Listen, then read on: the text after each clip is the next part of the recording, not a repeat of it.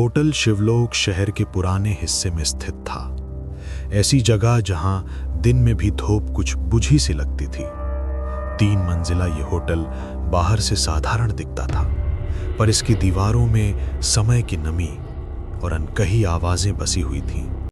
रात होते ही गलियारों की रोशनी पीली पड़ जाती और सन्नाटा इतना गहरा हो जाता कि अपने ही कदमों की आहट डराने लगती। रीना इसी होटल में सफाई कर्मी थी। वर्षों से काम करते करते उसने अजीब मेहमान देखे थे, पर डर से ज्यादा उसे अपनी नौकरी की चिंता रहती थी। उस रात भी वो तीसरी मंजिल पर ट्रॉली लेकर आगे बढ़ रही थी। घड़ी ने ठीक 11:40 बजाए थे। जब वो कमरा नंबर 306 के सामने पहुंची तो अचानक रुक गई। दरवाजे के नीचे से हवा बाहर की ओर आ जा रही थी, नियमित, गहरी, जैसे कोई सांस ले रहा हो। रीना का दिल जोर से धड़क उठा। उसने अपना कान दरवाजे के पास लगाया। हाँ, आवाज साफ थी। ये एसी या पंखे की नहीं थी, ये किसी जीवित चीज की लय थी। अजीब है, उसने बुदबुदाकर कहा। रजिस्टर के मुताबिक इस कमरे में एक मेहमान ठहरा हुआ था। नाम ठीक से लिखा नहीं था, बस एक स्याही का धब्बा। रीना ने डर को दबाया और मास्टर की से दरवाजा खोल दिया। कमरे में कदम रखते ही ठंडक ने उसे घेर लिया।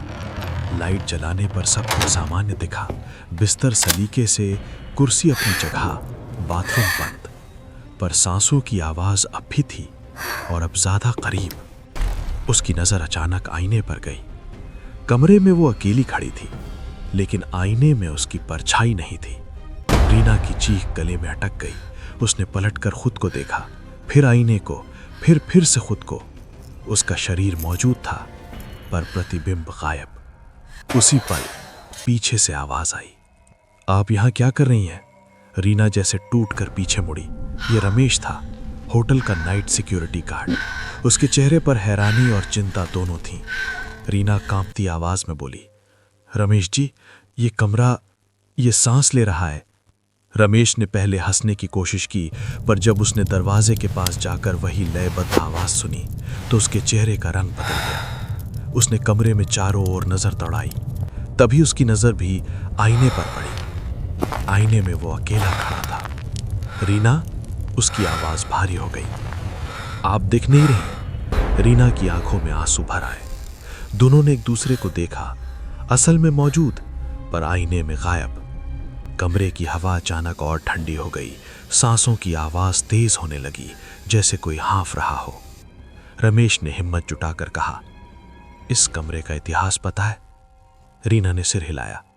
5 साल पहले, रमेश बोला, यहां एक मेहमान ठहरा हुआ था। कोई पहचान नहीं, कोई कागज नहीं। 3 दिन तक कमरे से बाहर नहीं निकला। चौथे दिन जब दरवाजा तोड़ा गया तो अंदर कोई नहीं था, बस बिस्तर के नीचे खून और दीवारों पर नाखूनों के निशान। अचानक बाथरूम का दरवाजा धीरे धीरे खुलने लगा। अंदर से वही सांसों की आवाज आ रही थी, अब बहुत पास। हाँ। आईने की सतह पर धुंध जमने लगी और उंगलियों से लिखे शब्द उभरने लगे, मैं अभी भी यही हूं। रीना की टांगें जवाब दे गईं। रमेश ने उसका हाथ पकड़ा और बाहर की ओर भागा। जैसे ही वे दरवाजे तक पहुंचे, दरवाजा अपने आप जोर से बंद हो गया। कमरा अब धड़क रहा था। दीवारें हल्की हल्की हिलने लगी, जैसे कोई सीने में कैद हो। छत से पानी टपकने लगा, लाल रंग का। आईने से अचानक एक चेहरा उभरा, धुंधला, बिना आंखों के, मुंह खुला हुआ।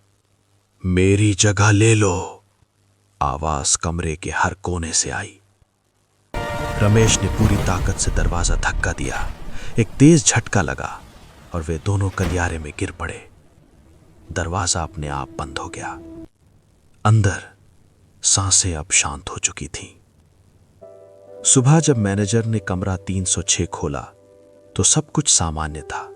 कोई खून नहीं, कोई निशान नहीं, बस आईने पर एक हल्की सी दरार थी। और उस दिन के बाद रीना की परछाई कभी किसी आईने में नहीं दिखी। रमेश रात की ड्यूटी में अक्सर महसूस करता था कि कोई उसके साथ साथ सांस ले रहा है। कमरा नंबर 306 आज भी होटल में मौजूद है। रजिस्टर में नाम आज भी अधूरा लिखा जाता है, क्योंकि जो भी उस कमरे में ठहरता है वो पूरा होकर बाहर नहीं निकलता।